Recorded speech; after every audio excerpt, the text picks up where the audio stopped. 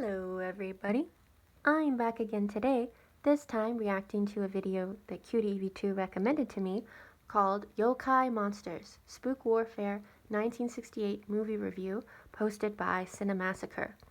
So I don't know anything about this movie. I've actually never heard of it before.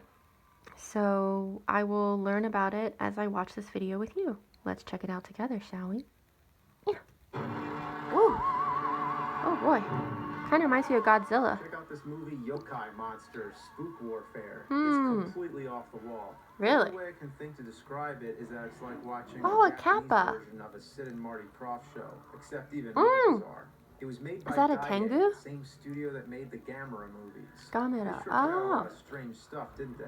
Spook Warfare was first in a series of 3 movies. The other I can't believe I've never heard of it. 100 Monsters and Along with Ghosts. From everything I've read, these were all supposedly intended to be children's movies. Ha! Well, that's a load of crap because there's some cursing and gore. And even without that, just the nature of the film is so unsettling. I couldn't imagine showing this to kids. Oh no! It would give them nightmares. Oh no! Actually, this movie's so strange it would give anyone nightmares. I think I'm not gonna sleep well tonight. Oh no! Well, in Japanese folklore, yokai are usually spirits that are attached to everyday objects. Like if you have a statue in your front yard of a gnome or something, perhaps it comes to life late at night when you're asleep. That kind of thing.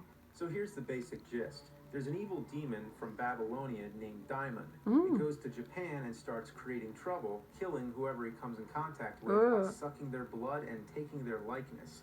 Kind of like the vampire. Japan's yokai monsters serve as sort of protectors to the land. They group together and try to save everybody from the new Babylonian threat. The outsider. Let's take a look at the cast of characters. First, there's the bad guy.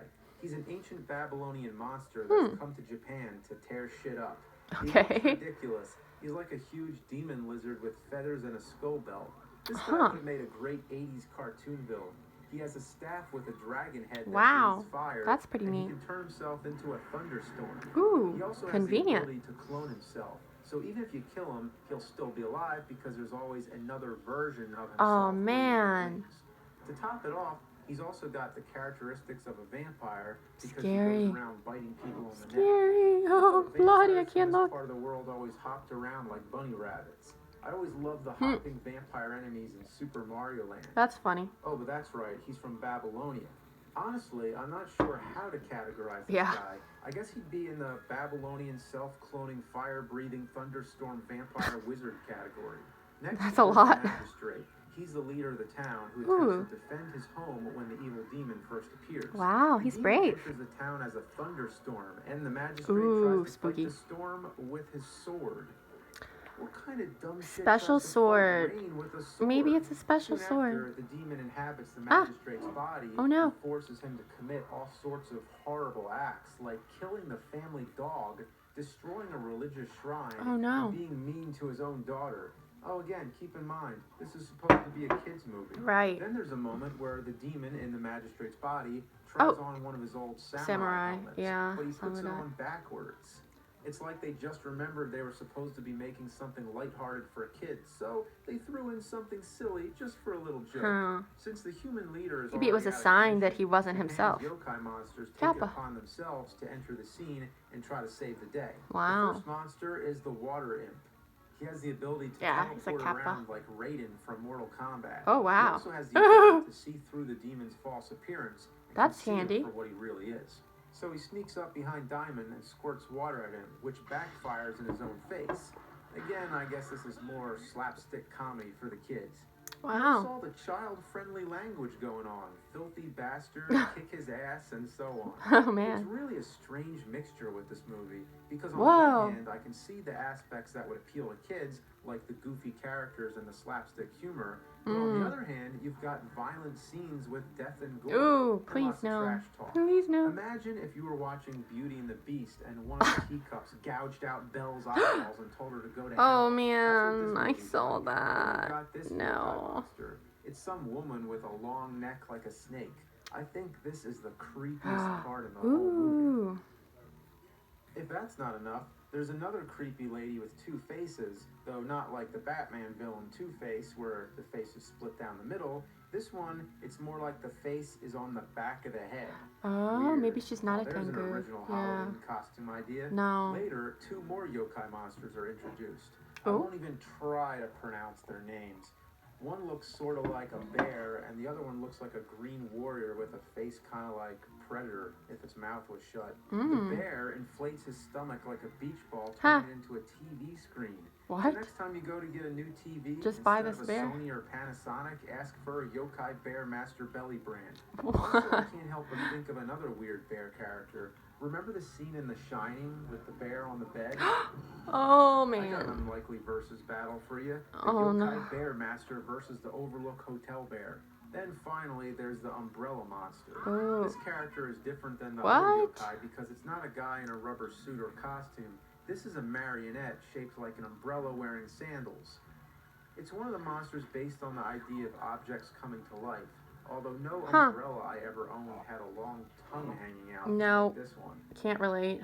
Like I mentioned earlier, the only thing in American culture I can compare this freaky group of Japanese monsters to is something Sid and Marty Krofft might have done. It's like the Japanese version of Lidsville, minus Charles Nelson Riley. Wow. Near the end of the movie, all the good yokai monsters try to unite every spirit in Japan into an army pretty to overpower impressive. the demon. It's like a showcase of every freaky thing you can imagine. Oh, There's even sorry one about that looks that. sort of like Creature from the Black Lagoon.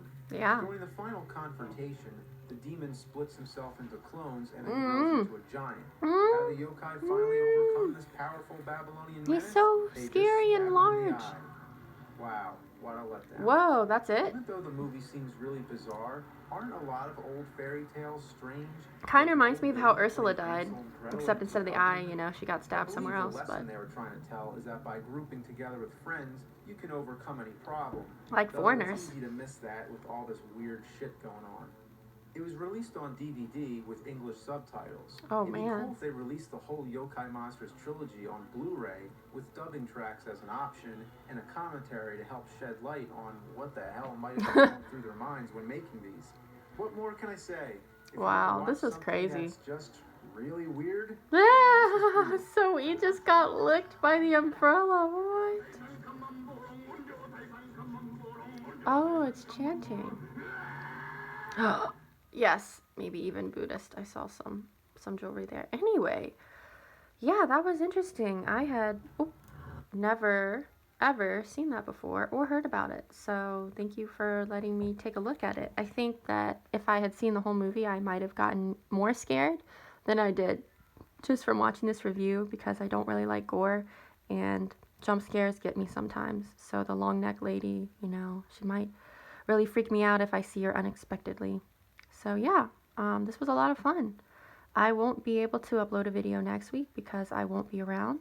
So I will see you all again in 2 weeks. Until then, bye-bye.